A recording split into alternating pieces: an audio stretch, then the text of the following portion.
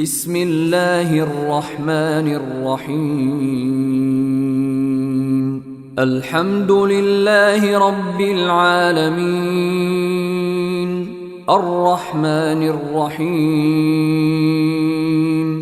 مالك يوم الدين. السلام عليكم ورحمة الله وبركاته. إن الحمد لله نحمده ونستعينه ونستغفره ونؤمن به ونتوكل عليه. أعوذ بالله من شرور أنفسنا ومن سيئات أعمالنا.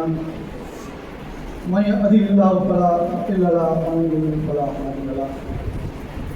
أشهد أن لا إله إلا الله وحده لا شريك له وأشهد أن محمدا عبده ورسوله. أما بعد كان النبي صلى الله عليه وسلم إن أصدق الحديث كتاب الله وأحسن الحديث حديث محمد صلى الله عليه وسلم. شر الأمور محدثاتها كل محدثة بدعة كل بدعة ضلالة كل ضلالة في النار. உங்களை ஒரே ஒரு ஆத்மாவில் இருந்து படைத்த உங்கள் இறைவனை அஞ்சிக் கொள்ளுங்கள் என்ற ஏக இறைவனின் எச்சரிக்கையும், அல்லாஹ்வை அஞ்ச வேண்டிய விதத்தில் அஞ்சுங்கள், நீங்கள் முஸ்லிமாக தவிர மரணித்து விடாதீர்கள் என்ற எல்லாம் வல்ல அல்லாஹ்வின் அறிவுரையும் உங்களுக்கும் எனக்கும் நினைவளித்தவனாக இந்த ஜிம்மாவுரை ஆரம்பம் செய்கிறோம். கண்ணியத்துக்குரிய எல்லாம் வல்ல அல்லாஹ்வின் நல்லடியார்களே, அல்-ஹம்து சூராவின் விளக்கத்தை நாம் தொடராக பார்க்கிறோம். அதில் இறுதியாக அர்-ரஹ்மான் அளவற்ற அருளாளன் என்பதற்கான விளக்கத்தை நாம் சிறிது பார்க்கிறோம். இந்த உலகத்திற்கு ஏராளமான அருள்கொடையை இறைவன் நமக்கு வாரி வழங்கியிருக்கிறான் என்கிற செய்தியை நாம் பார்க்கிறோம். எப்படிப்பட்ட அருள்கொடையை இறைவன் நான் வழங்கியிருக்கிறேன் என்று சொல்கிற போது,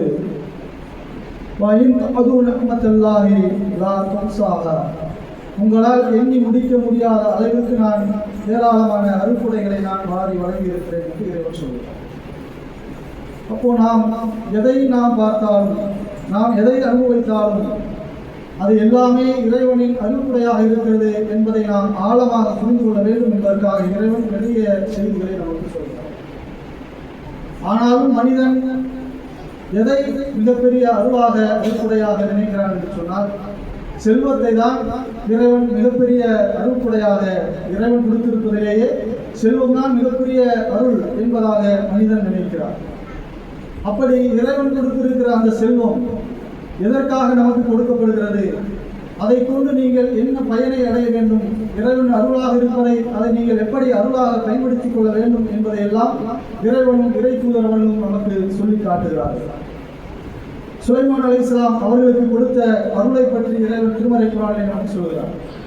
இன்று உலகத்திலே இருக்கக்கூடியவர்கள் ஏராளமான செல்வந்தர்கள் இருக்கிறார்கள்.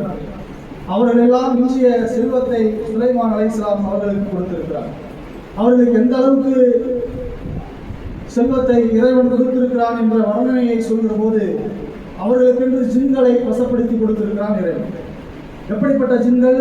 கடலிலே முத்தையும் பவளத்தையும் எடுத்துக் கொடுக்கிற அளவிற்கு ஜின்களை வசப்படுத்தி கொடுத்திருக்கிறார். பறந்து விரிந்திருக்கிற இந்த கடலிலே ஜின்களிடத்திலே கட்டளை விட்டால் கடலில் இருக்கிற அத்தனை முத்துக்களையும் அள்ளி கொண்டு வருகிற அளவுக்கு இறைவன் வசப்படுத்தி கொடுத்திருக்கிறார்.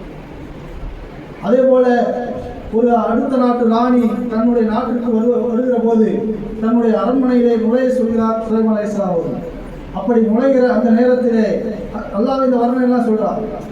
நுழைகிற போது அவர்கள் பார்க்கிறார்கள், தண்ணீர் நிற்கிறது போல் இருக்கிறதே என்று சொல்லி தன் ஆடையை உயர்த்தி தன் காலை எடுத்து வைத்தார்கள் என்று இறைவனை சொல்கிறார். வைத்த பிறகுதான் தெரிகிறது அது தண்ணீர் அல்ல, தரை என்று. அப்போது தண்ணீர் அளவிற்கு ஒரு தரை போட வேண்டும் என்று சொன்னால் இன்று இருக்கக்கூடிய டெக்னாலஜியில் கூட அப்படி செய்ய முடியுமான்னு தெரியல. ஒரு தரையை தண்ணீர் நிற்பது போல் செய்ய முடியுமான்னு சொன்னால் இன்றைக்கு இருக்கிற டெக்னாலஜி செய்ய முடியுமான்னு தெரியல. ஆனால் அன்றைக்கு சுலைமான் அலைஹிஸ்ஸலாம் அவர்கள் தரை, அவருடைய மாளிகையுடைய தரை தண்ணீர் போல் இருந்ததுன்னு சொன்னால் அப்பொழுது எவ்வளவு செல்வம் இந்த ஒருவராக இருந்திருப்பார்கள் என்று நாம் உணர முடிகிறது. அவர்களே சொல்கிறார்கள், சுலைமான் அலைஹிஸ்ஸலாமும் அவருடைய தந்தை தாவூத் அலைஹிஸ்ஸலாம் அவர்களும் சொல்கிற போதே சொல்கிறார்கள், வாத்தானா குல்லி ஷைஇன், எங்களுக்கு எல்லாம் கொடுக்கப்பட்டிருக்கிறது. அல்லாஹ் சொல்றான் குர்ஆன்ல, அவர்கள் சொன்னார்கள் எங்களுக்கு எல்லாம் கொடுக்கப்பட்டிருக்கிறது என்று அவர்களே சொன்னார்கள் என்று சொல்கிற அளவுக்கு அவர்களுக்கு ஏராளமான செல்வங்களை, எல்லா வளங்களையும் இறைவன் கொடுத்திருக்கிறார். அதே போல ஃபிரௌனை பற்றி, ஃபிரௌனையும் அந்த ஃபிரௌனுடைய சமுதாயத்தில் இருந்த காரூனை பற்றியும் இறைவன் சொல்கிற போது காரூனுக்கு எவ்வளவு செல்வத்தை நான் கொடுத்தேன் என்று சொல்கிறார். சுலைமான் அலைஹிஸ்ஸலாம் அவர்களுக்கு கொடுத்தார், ஹாரூனுக்கும் செல்வத்தை கொடுத்தார். ஹாரூனுக்கு கொடுத்ததை பற்றி எப்படி சொல்கிறான்? இந்த நம்ம எவ்வளவு கற்பனை செய்தாலும் அது இவ்வளவும் நம்ம கணக்கிட முடியாத அளவுக்கு அல்லாஹ் ஒரு உண்மையோடு சொல்கிறார். அவனுக்கு கொடுக்கப்பட்டிருக்கிற செல்வம் எப்படிப்பட்ட செல்வம்? அவனுடைய செல்வம் எல்லாம் கஜானாவிலே வைத்து அதை கூட்டி அதனுடைய சாவிகளை சுமப்பதற்கு ஒரு பெரும் கூட்டம் வேண்டும். நீங்கள் செல்வத்தை சுமப்பதற்கல்ல, அந்த சாவியை சுமப்பதற்கு ஒரு பெரும் கூட்டம் வேண்டும் என்று சொன்னார். அவனுடைய சொத்தின் மதிப்பை, அவன் செல்வத்தின் மதிப்பை நீங்கள் கணக்கிட்டுக் கொள்ளுங்கள் என்று சொல்கிற அளவிற்கு இறைவன் ஹாரூனுக்கு கொடுத்த செல்வத்தை பற்றி சொல்கிறார். இன்றைக்கு உலகத்திலே வாழ்கிற மனிதர்களில் உலகத்திலேயே முதல் பணக்காரன், இரண்டாவது பணக்காரன், மூணாவது பணக்காரன் சொல்லி தரவரிசையில் போடுகிறார்களே, அவர்களெல்லாம் வைத்திருக்கிற சொத்தின் மதிப்பு என்ன? இவற்றை 5 லட்சம் கோடி இருக்குது, இவர்கிட்ட 10 லட்சம் கோடி இருக்குது, இவர்கிட்ட 20 லட்சம் கோடி இருக்குது என்று சொல்கிற அளவிற்கு மிகப்பெரிய செல்வந்தர்கள் இன்றைக்கும் இருக்கிறார்கள். அப்படி ஏராளமான செல்வங்கள் கொடுக்கப்பட்டு அன்றைக்கும் இருந்தார்கள், இன்றைக்கும் இருக்கிறார்கள். அதை தாண்டி நாம் உலகத்தில் அனுபவிப்பதற்கு நடுத்தரமாக சிலர் 5 கோடி, 10 கோடி, 50 லட்சம், 20 லட்சம் என்று சொல்கிற அளவுக்கு அவரவருக்கு தகுந்த மாதிரி நாம் சொத்துக்களை, செல்வங்களை சேர்த்து வைத்திருக்கிறோம். அப்ப இவ்வளவு செல்வங்களை ஒரு மனிதன் இந்த உலகத்திலே தொடர்ந்து அவன் வளர்ந்து அவன் மரணமடைகிற வரை ஒரு மனிதனுக்கு அதிகபட்சமாக எவ்வளவுதான் இந்த உலகத்திலே அனுபவிச்சாலும் எவ்வளவு அனுபவிக்க முடியும்? உச்சபட்சமாக வைத்துக் கொண்டால் ஒரு 100 கோடி ரூபாய் அனுபவிச்சிருவான் ஒரு மனுஷன். எவ்வளவு வானமரமா வாழ்க்கும் அவன். ஒரு மனிதன் இந்த உலகத்திலே வாழ்வதற்கு பிறந்ததிலிருந்து அவன் மரணம் அடைகிற வரை அவனுக்கு தேவையான சொத்து அதிகபட்சமாக ஒரு 100 கோடி ரூபாய் வச்சுக்குவோம். ஆனால் அதையும் தாண்டி இறைவன் கொடுக்கிறானே அந்த செல்வத்தை நீங்கள் எதற்காக வைத்திருக்கிறீர்கள்? முன்னாடி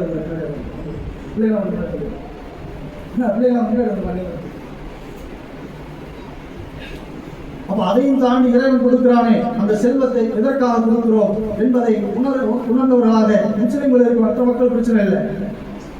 திருமறை குர்ஆனிலும் நபிகள் நாயகம் ஸல்லல்லாஹு அலைஹி வஸல்லம் அவர்கள் சொல்கிறார்கள், இறைவன் கொடுத்திருக்கிற இந்த செல்வம் என்ற அருள், அதை அருளாக நாம் எப்படி பயன்படுத்த வேண்டும் என்று அதற்கான வழிகாட்டுதல் நமக்கு இருக்கிறது. ஹாரூனிடத்திலே சொல்கிறார்கள், இறைவன் உனக்கு ஏராளமான செல்வத்தை கொடுத்திருக்கிறான். அது எதற்கு இறைவன் கொடுத்திருக்கிறான்? நீ இதன் மூலமாக மறுமை வாழ்வை தேட வேண்டும் என்பதற்காக இறைவன் உனக்கு இந்த செல்வத்தை கொடுத்திருக்கிறான்.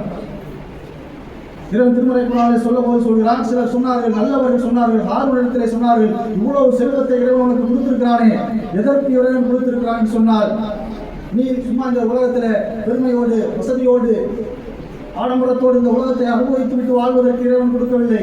நீ நாளை மறுமையிலே ஒரு மகத்தான ஒரு கூலி இருக்கிறதே, அதற்காக இந்த செல்வத்தை இந்த உலகத்திலே பயன்படுத்த வேண்டும் என்பதற்குத்தான் இறைவன் உனக்கு இந்த செல்வத்தை கொடுத்திருக்கிறான் என்று அவர்கள் சொன்னார்கள் என்று இறைவன் சொல்லி காட்டுகிறார். அப்படி சொல்கிற போது அவன் என்ன சொன்னான்?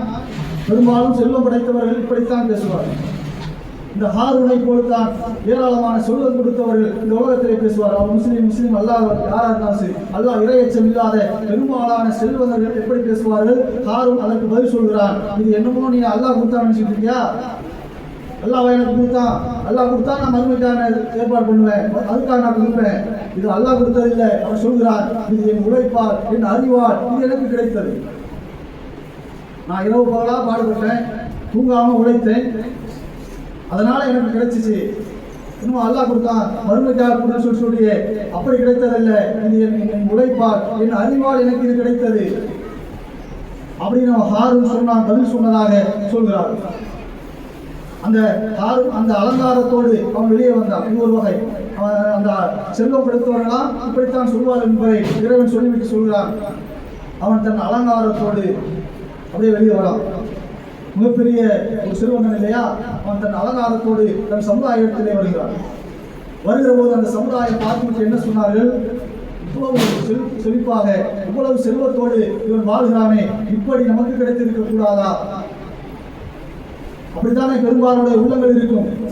இறைவன் ஏராளமான செல்வத்தை கொடுத்திருப்பதும் அருள், குறைத்து கொடுத்திருப்பதும் அருள்.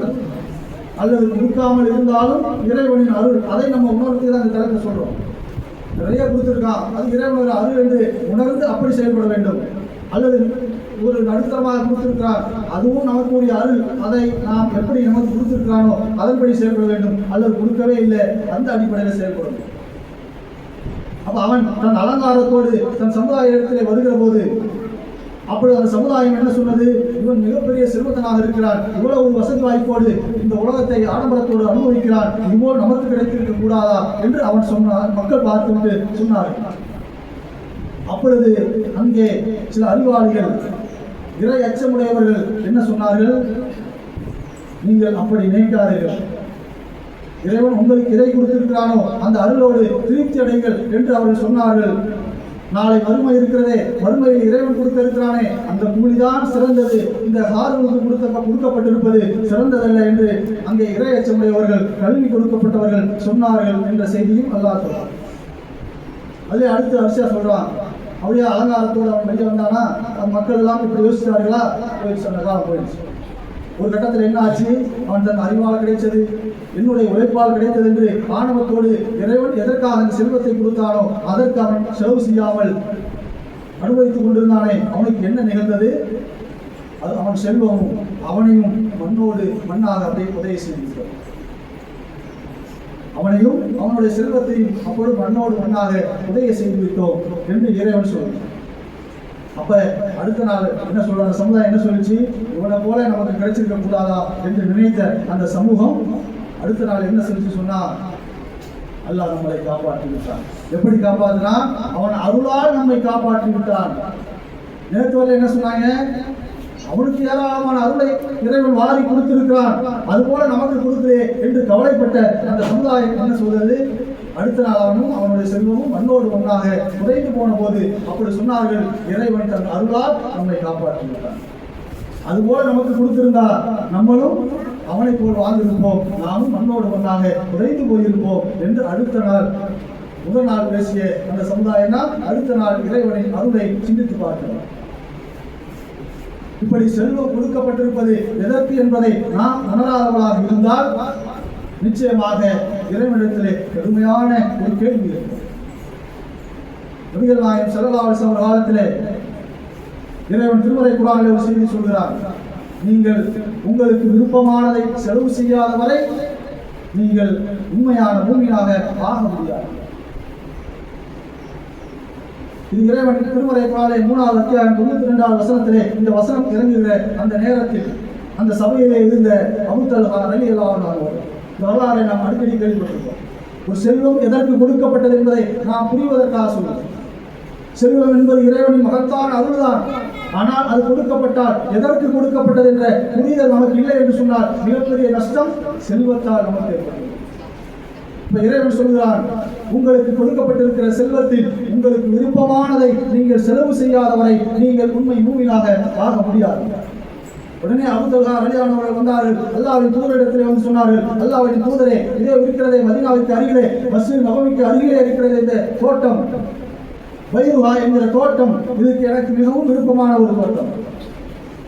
நபிகள் நாயகம் ஸல்லல்லாஹு அலைஹி வஸல்லம் கூட அங்கே போய் சுவையான நீரை அருந்துவார்கள், சுவையான பேரிச்சம்பழத்தை உண்ணுவார்கள். அதுவும் மஸ்ஜித் நபவியின் அருகிலே இருக்கிறது.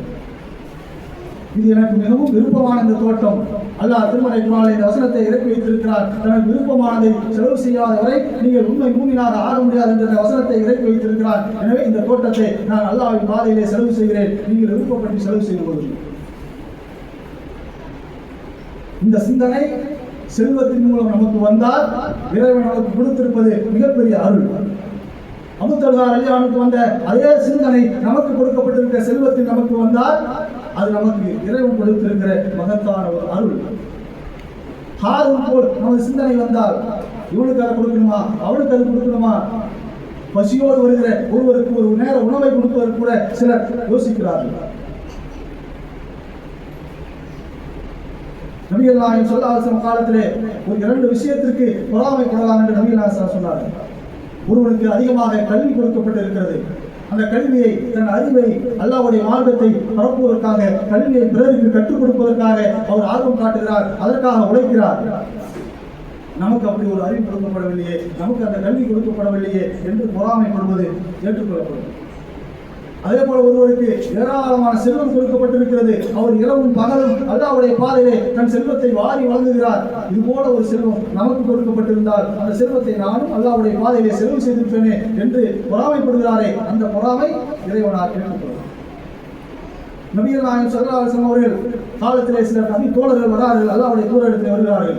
அல்லாஹ்வுடைய தூதரே, நாங்கள் ஏழ்மையான நிலையில் இருக்கிறோம், எங்களுக்கு பெரும் செல்வங்கள் கிடையாது, ஆனால் நம்முடைய தோழர்களிலே சிலருக்கு அல்லாஹ் நிறைய செல்வம் என்கிற வளத்தை கொடுத்திருக்கிறான், அருளை கொடுத்திருக்கிறான், அதை அல்லாஹ்வுடைய பாதையிலே வாரி வாரி தர்மம் செய்கிறார்கள், அதனால் அவர்களுக்கு நிறைய நன்மை கிடைக்குமே, அந்த நன்மை எங்களால் அடைய முடியாதே, நாங்கள் என்ன செய்வோம்? அப்பொழுது நபிகள் நாயகம் ஸல்லல்லாஹு அலைஹி வஸல்லம் சொன்னார்கள், அது அவர்களுக்கு இறைவன் கொடுத்த அருள், அது போன்ற ஒரு நன்மையை நீங்கள் அடைய வேண்டும் என்று சொன்னால் நீங்கள் தொழுகை முடித்த பிறகு, வரலான தொழுகை முடிந்த பிறகு சுப்ஹானல்லாஹ் 33 முறை சொல்லுங்கள், அல்ஹம்துலில்லாஹ் 33 முறை சொல்லுங்கள், அல்லாஹ் அக்பர் 34 முறை சொல்லுங்கள். அதே அவர்கள் தர்மம் செய்த அந்த நன்மையை உங்களால் பெற்றுக்கொள்ள முடியும். நபி தோழர்களாம் அதை செய்ய ஆரம்பித்தார்கள். இதை கேள்விப்பட்ட செல்வந்தர்களாகிய அந்த நபி தோழர்களும் அதை செய்ய ஆரம்பித்தார்கள். மீண்டும் அந்த நபி தோழர்கள் சொன்னார்கள், நாங்கள் செய்வது போல் அவர்களும் செய்தார்கள், அவர்களை எங்களால் முந்த முடியவில்லையே. எதிரே அவர்களுக்கு கவலை வருகிறது, நன்மையை அடைந்து கொள்வதில் அவர்களுக்கு கவலை வருகிறது. நாளை மறுமையில் இறைவனிடத்தில் இருக்கிற அந்த சிறந்த கூலியை பெறுவதற்காக அவர்களுக்கு கவலை வருகிறது. அல்லாஹ்வின் தூதரிடத்தில் சொல்கிறார்கள், அவர்களும் இதை செய்கிறார்களே. அப்போது நபிகள் நாயகம் ஸல்லல்லாஹு அலைஹி வஸல்லம் சொன்னார்கள், அல்லாஹ் அவர்களுக்கு கொடுத்த அருள், அதை அவர்கள் சரியான முறையில் பயன்படுத்துகிறார்கள், இதை ஒன்றும் செய்ய முடியாது. அப்ப நம் முன்னால், நம் கண் முன்னால், நம் அருகாமையில் இருக்கிறவர்கள், நமக்கு உறவினர்கள், அவர்கள் எல்லாம் ஏழைகளாக இருக்கிற போது, ஒரு நேர உணவுக்கு கஷ்டப்படுகிற போது நம்மிடத்திலே செல்வம் இருந்தால் அதற்கு நாம் பயன்படுத்தவில்லை என்று சொன்னால் அது எவ்வளவு பெரிய நஷ்டத்தை நாளை மறுமையை நமக்கு ஏற்படுத்தும் என்பதை நாம் புரிந்து கொள்ள வேண்டும். நபிகள் நாயகம் ஸல்லல்லாஹு அலைஹி வஸல்லம் அவர்கள் ஒரு முறை தொழுகைக்காக வீட்டில் இருக்கிற போது ஒரு கூட்டம் வந்தார்கள். எப்படிப்பட்ட கூட்டம்? அவர்கள் சரியான உடை இல்லாமல், பசியால் உணவு இல்லாமல் வயிறு ஒட்டியவர்களாக ஒரு கூட்டம் வந்தார்கள். அதை பார்த்தவுடன் நபிகள் நாயகம் ஸல்லல்லாஹு அலைஹி வஸல்லம் அப்படியே கண்ணீர் இல்லாத குறையாக முகமெல்லாம் சிவந்து விட்டது. ஒரு முஸ்லிம்கள் வாழ்கிற இந்த பகுதியிலே இப்படி ஒரு கூட்டம் பசியோடும் பட்டினியோடும் சரியான உணவு இல்லாமல், சரியான உடை இல்லாமல் ஒரு கூட்டம் வருகிறது, அதை முஸ்லிம்களாக இருக்கிற நீங்கள் கண்டுகொள்ளாமல் இருக்கிறீர்களா என்று சொல்லி அவர்கள் முகமெல்லாம் சிவந்து போய்விட்டார். உடனே மக்களை எல்லாம் அழைத்தார்கள். அப்பொழுது நபிகள் நாயகம் ஸல்லல்லாஹு அலைஹி வஸல்லம் அவர்கள் எப்பொழுதும் மக்கள் மத்தியிலே ஒரு தேவை என்று சொன்னால் ஒரு உரை எப்பொழுதும் நிகழ்த்துவார்கள். உரை நிகழ்த்துகிற போதெல்லாம் நபிகள் நாயகம் ஸல்லல்லாஹு அலைஹி வஸல்லம் அவர்கள் ஒரு 3 திருமறை குர்ஆன் வசனத்தை ஓதிவிட்டுத்தான் அதை நிகழ்த்துவார். யா அய்யுஹல்லதீன ஆமனு தக்குல்லாஹ், எல்லா 3 வசனங்களிலும் சூரத்து நிசாவின் முதல் வசனம், ஆல இம்ரானுடைய 102வது வசனம், அஹ்ஸாபுடைய ஒரு வசனம், இதை 3ஐயுமே ஓதிவிட்டுத்தான் நபிகள் நாயகம் ஸல்லல்லாஹு அலைஹி வஸல்லம் சொல்லிவிட்டுத்தான் அடுத்த செய்தியை சொல்லுவார். எல்லாத்திலும் என்ன வரும்? தக்குல்லாஹ், நீங்கள் அல்லாஹ்வை அஞ்சிக் கொள்ளுங்கள். ஆனால் இந்த கூட்டம் வருகிற போது அப்பொழுதும் நபிகள் நாயகம் ஸல்லல்லாஹு அலைஹி வஸல்லம் அவர்கள் ஒரு உரை நிகழ்த்தினார்கள். அந்த நேரத்தில் 4வதாக ஒரு செய்தியை சொன்னார்கள் நபிகள் நாயகம் ஸல்லல்லாஹு அலைஹி வஸல்லம். 59வது அத்தியாயத்தில் ஒரு வசனத்தை நபிகள் நாயகம் ஸல்லல்லாஹு அலைஹி வஸல்லம் சொன்னார்கள், யா அய்யுஹல்லதீன ஆமனு தக்குல்லாஹ், அல்லாஹ் நம்பிக்கை கொண்டவர்களே அல்லாஹ்வை அஞ்சிக் கொள்ளுங்கள். தன்னுரு நஃப்சுன் மா அதா இலைஹதீன், மறுமைக்காக நாம் செய்த வினையை ஒவ்வொருவரும் கவனிக்க. நம்பிக்கை கொண்டவர்களே நீங்கள் அல்லாஹ்வை அஞ்சிக் கொள்ளுங்கள். எப்படி சொல்றாங்க? அந்த கூட்டம் பசியோடும் பட்டினியோடும் சரியான உணவு இல்லாமல் இருக்கிறார்கள், அவர்களை பார்த்துவிட்டு நீங்கள் இப்படி இருக்கிறீர்களே என்று அந்த நேரத்தில் அந்த சூழலில் நபிகள் நாயகம் ஸல்லல்லாஹு அலைஹி வஸல்லம் அவர்கள் ஒரு திருமறை குர்ஆன் வசனத்தை ஓதி காட்டுகிறார்கள். நம்பிக்கை கொண்டவர்களே நீங்கள் அல்லாஹ்வை அஞ்சிக் கொள்ளுங்கள். மறுமைக்காக நாம் செய்த வினை என்ன என்பதை ஒவ்வொருவரும் கவனிக்க. பசியோடும் பட்டினியோடும் ஏழ்மை நிலையிலே ஒரு கூட்டம் இருக்கிறது, அந்த கூட்டத்திற்கு நீங்கள் உதவி செய்யவில்லை என்று சொன்னால் நாளை மறுமையை நீங்கள் என்ன செய்திருக்கிறீர்கள், மறுமைக்காக என்ன செய்திருக்கிறீர்கள் என்பதை நீங்கள் கவனித்து பாருங்கள்.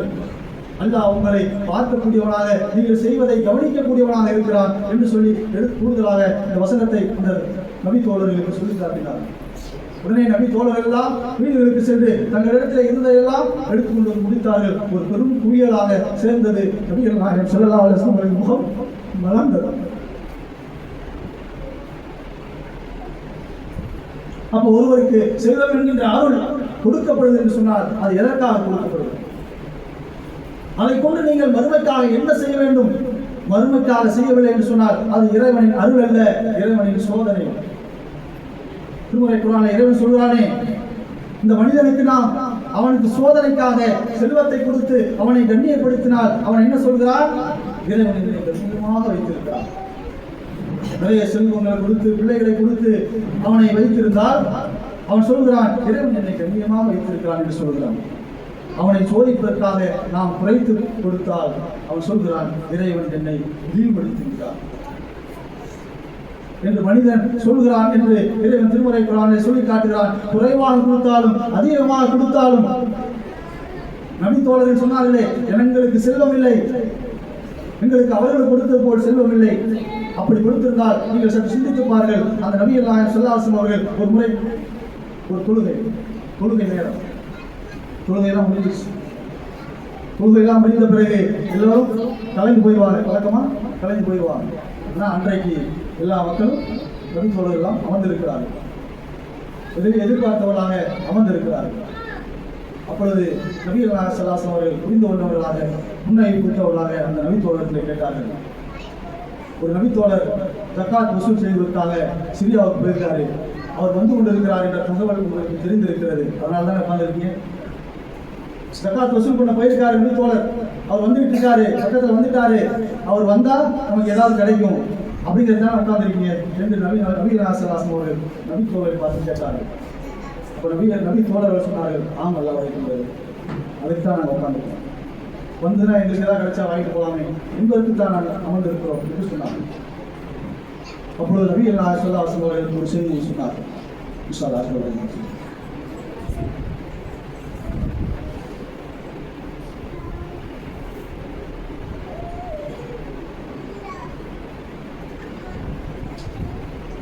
அல்ஹம்துலில்லாஹி ரப்பில் ஆலமீன் வஸ்ஸலாத்து வஸ்ஸலாமு அலா காத்திமில் அன்பியாஇன்.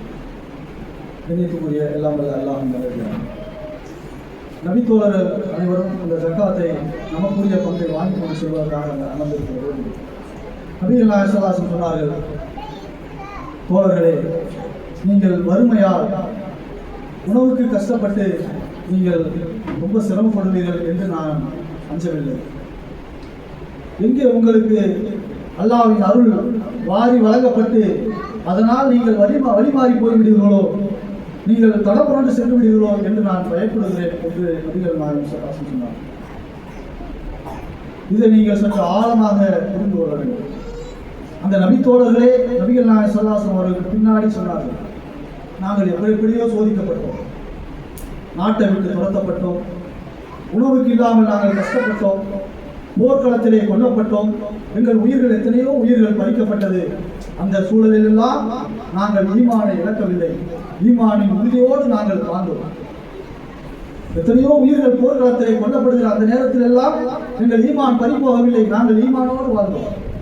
ஆனால் எங்களுக்கு செல்வங்கள் கொடுக்கப்பட்டு இறைவன் சோதிக்கிற போது நாங்கள் அதிலே நிலைத்திருக்க எங்களால் முடியவில்லை என்று அந்த நபித்தோழர்கள் சொன்ன செய்தியை நபிகள் நாயகம் ஸல்லல்லாஹு அலைஹி வஸல்லம் அன்னைக்கு சொன்னார்களே, அது இன்றைக்கும் அன்றைக்கும் நடந்தது, இன்றைக்கும் நடந்து கொண்டிருக்கிறது. நபிகள் நாயகம் ஸல்லல்லாஹு அலைஹி வஸல்லம் அவர்கள் எந்த அரபு தீபகத்திற்கு மிகப்பெரிய சக்கரவர்த்தியாக ஆண்டு கொண்டிருந்தார்களோ அந்த அரபு தீபகத்தும் இன்றைக்கு 50க்கும் மேற்பட்ட நாடுகளாக பிரிக்கப்பட்டிருக்கிறது. அத்தனை நாடுகளும் மிகப்பெரிய செல்வத்தை செழிப்போடு வாழ்ந்து கொண்டிருக்கிறார்கள். சாலமாக சிந்தித்து பாருங்கள் இந்த செய்தியை. நபிகள் நாயகம் ஸல்லல்லாஹு அலைஹி வஸல்லம் அந்த ஆண்ட பகுதி இன்றைக்கு அரபு தீபகற்பமாக இருக்கிறது. அத்தனை அரபு நாடுகளும் மிகப்பெரிய செல்வம், அந்த ஹாரூனுக்கு கொடுக்கப்பட்ட செல்வம் போல, சுலைமான் அலைஹிஸ்ஸலாம் அவர்களுக்கு கொடுக்க செல்வம் போல இன்றைக்கு அத்தனை நாடுகளும் செல்வ செழிப்பிலே வாழ்ந்து கொண்டிருக்கிறார்.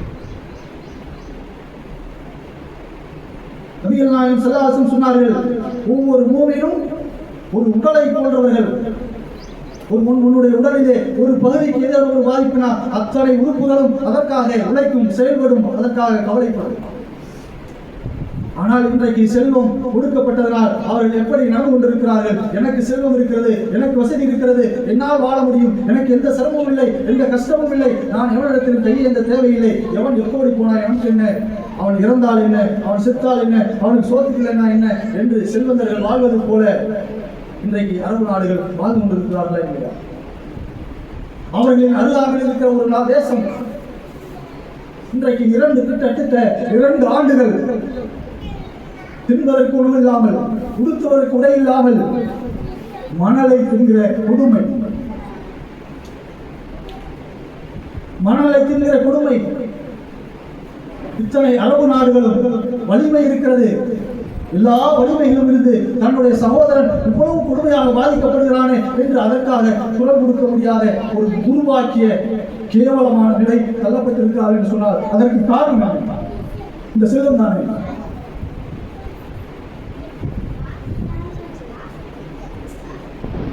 ஏன் இந்த செல்வத்தை வைத்து, இறைவன் கொடுத்த இந்த மகத்தான அருளை வைத்து அவர்களால் இந்த உலகத்திலே இறைவன் எதற்காக கொடுத்தானோ அதற்காக மக்களால் செயல்பட முடியவில்லை.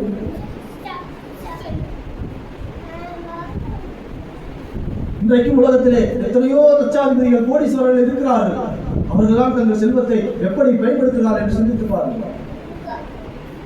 5000 கோடி செலவு செய்து ஒரு திருமணம் நடைபெறுகிறது. 5000 கோடி கற்பனையே செய்ய முடியாது. எதனால் அவனுக்கு இந்த திமிர் வந்துச்சு? 5000 கோடி ரூபாய் ஒரு வீடு, ஒரு 25 லட்சம் ரூபாய்க்கு ஒரு வீடு கட்டினா கூட 20,000 பேருக்கு வீடு கட்டி கொடுத்திருக்கலாம். 20,000 குடும்பங்களுக்கு விளக்கேற்றி வைத்திருக்கலாம். அது எதற்கு விரயமாகிறது?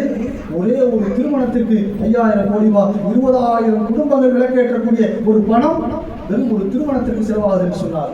இன்றைய முஸ்லிம்கள் அப்படித்தான் இருக்கிறார்கள். ஒரு திருமணத்திற்கு என்னுடைய ஒரு சகோதரர், என்னுடைய நண்பர் ஒருவர் கோயத்தில் இருக்காங்க, மகனுக்கு கல்யாணம் பண்ணணும், அதுக்கு 15 லட்ச ரூபா வேணும். இப்போ நான் பேசுகிறேன், ஒரு வாரத்துக்கு முன்னாடி பேசுகிறேன், 15 லட்ச ரூபா வேணும். 15 லட்ச ரூபாய்க்கு என்னடா செய்வீங்க? ஆமாம், அதுக்கெல்லாம் சோறு பண்ணணும், அதெல்லாம் செய்யணும், இதெல்லாம் செய்யணும், 15 லட்சம் வேணும். சிந்தித்து பாருங்கள். ஒரே ஒரு லட்ச ரூபாய் இல்லாமல் ஒரு லட்ச ரூபாய் இருந்தால் ஒரு தொழிலை செய்து அவன் தன் குடும்பத்தை பார்த்துக் கொள்ள முடியும் என்ற நிலையில் எத்தனையோ சகோதரர்கள் இருக்கிறார்கள்.